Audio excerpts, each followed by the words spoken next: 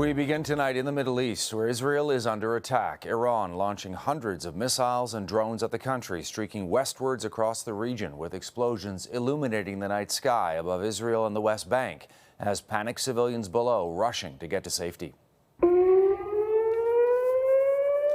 Blasts and sirens rang out across Jerusalem as drones entered Israeli airspace. The United States, Israel, and Jordan all say they have intercepted and shot down Iranian drones and missiles, which had to travel hundreds of kilometers across Iraq and Jordan. That gave advance notice to the Israeli military, gave them hours to prepare for the attack. Airspaces across parts of the Middle East closed tonight, with flights being diverted. Israel's Prime Minister Benjamin Netanyahu meeting with his war cabinet this evening.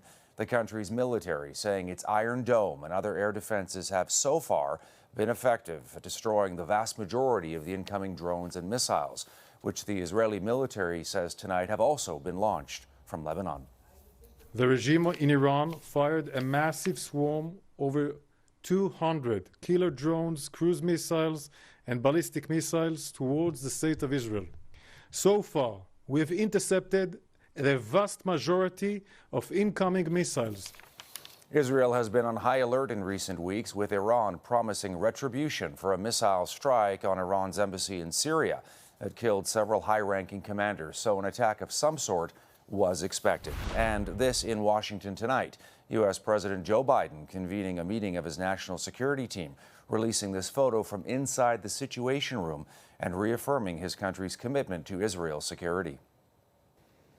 All right, for more analysis now, Lieutenant General Mark Swartz joins me. He's a former U.S. security coordinator for both Israel and the Palestinian Authority. And General Swartz, you're very familiar with the Middle East. The Israelis are saying more than 200 drones, missiles fired at them. Iran had signaled an attack was likely coming. What are we looking at here tonight?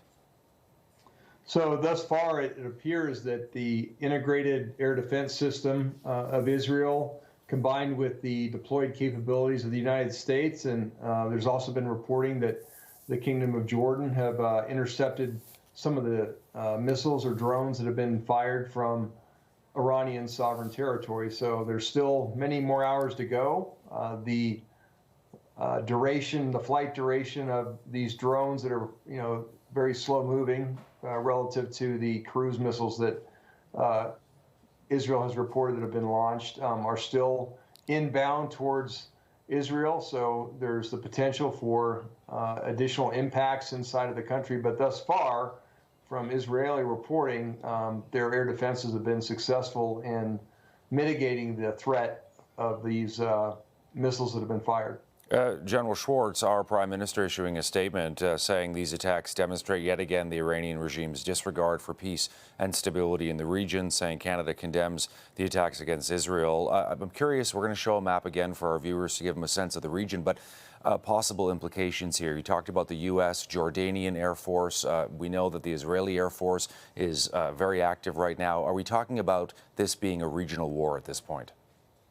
Not at this point, I don't believe, but I do think that you're going to see Lebanese Hezbollah fire rockets into northern Israel as these drones approach Israeli airspace to try to overwhelm Israeli air defenses. But I don't assess at this time that we are seeing a regional war. Again, we have to remember that the belligerents that are involved against Israel are solely Iran and its paramilitary proxies, Lebanese Hezbollah, the Houthis, obviously Hamas, dating back to October 7th of this current crisis.